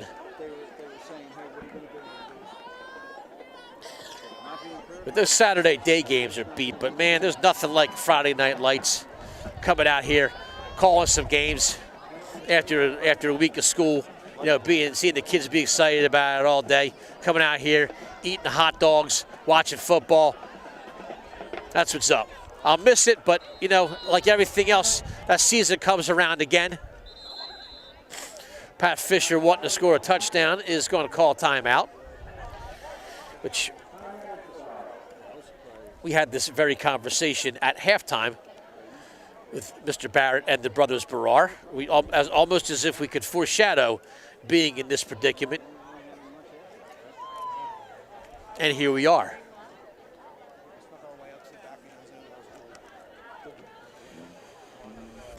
But it's always nice to come out here and, you know, hang out with my buddy Herm, which reminds me, I stole his flashlight a couple weeks ago, and I still have not given it back to him. It's sitting on my end table at home. It's a nice flashlight, too. I wonder if he's even missing it. But it's a nice flashlight, but I got to get it back to him, so maybe Monday at school. And, you know, I always come out and spend a couple nights of the year with Hall of Fame PA announcer Ed Barrar. And as an added bonus, we get to see his brother, Hall of Fame brewmaster Bob Barrar.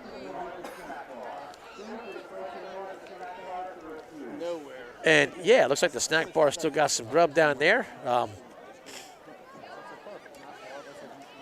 I said order more food. Barrett said order less food. Maybe he wins this one. I don't know. Addie said that it was like just the right amount. I guess we'll get the update in a little bit. Either way, Marshall Spates on the keeper. And, again, the Green Raiders are not just going to, like, lie down and give the Bucs a touchdown. So Fisher wanting to, you know, punch one in here. The ball is spotted at the 13-yard line, maybe the 12-yard line. Marshall Spates flips it out to C.J. Boland. Boland inside, close to the 10-yard line. And a timeout on the field with 43.9 left.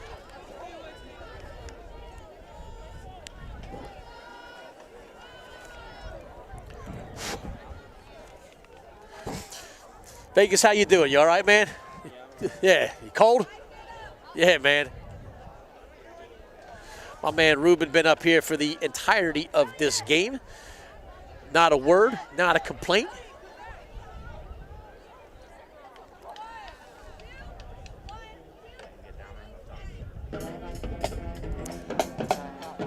I'll tell you what, though, with 40 seconds left in the game, the coffee truck still got a line. That dude best send me a fruit basket. Or something.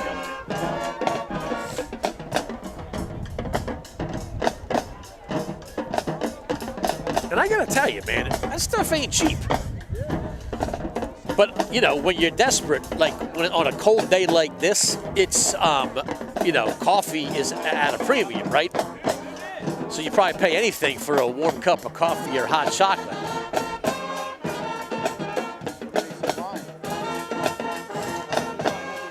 McCrary under center, and the whistle blows. Apparently nobody wants to go home today. Raiders, I guess, called timeout.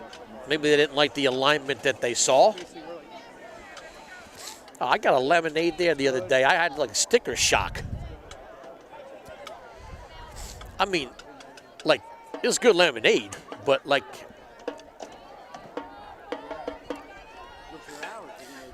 you can get a 4-pack of Fisher's Island for less money than I paid for that lemonade. It was good, though.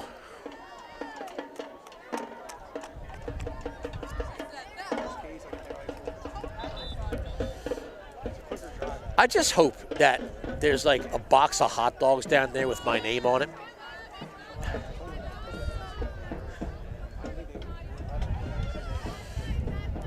All right, 43 and a half seconds left. It's 4th down and 2. So if the Bucs don't convert here, it'll get turned over on downs, and I would imagine victory formation.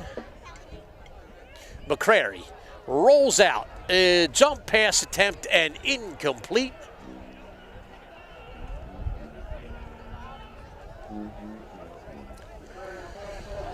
And that should about do it.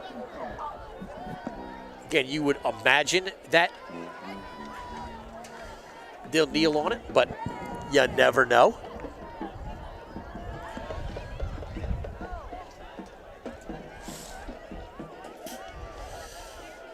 And what remains of the Bucs faithful seem to be filing out of here. Bucs band looks like they're going to crank up one last tune for old time's sake. I really hope it's Get the Beat Down. And it is not. So, add to my level of disappointment.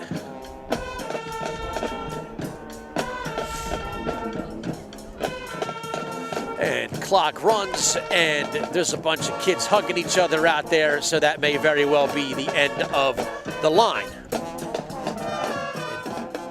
Guys, classy as ever, and this is like good to see that they're not like pushing and shoving each other. They're you know, hugging, slapping five, showing good sportsmanship, which is exactly what you want. Play hard, beat on each other, talk crap, push and shove during the game, but at the end of the game, realize, you know, that we're here for, it's supposed to be fun, it's supposed to make memories, and definitely some memories. Better memories for the Green Raiders today as they'll walk away with a 32-0 win, extending their series lead. But with any luck, man, we'll be back next year at Ridley and back here again in 2 years. And Lord willing, I'll be back in late August to bring you another season of Bucs football, the 2026 version. It has been a real pleasure to be with you, even if it's for a couple nights a year that you get to hear the sweet sounds of my voice. But it really is a pleasure. I really do enjoy it. And hopefully, you know, as the Pat Fisher era continues, we'll start to see some of the success of yesteryear. I believe in Coach Fisher, and I want to wish him and you and everyone else the happiest of Thanksgivings. Thanks for being with us all year. I'm signing off. I'll see you next year. Bye-bye.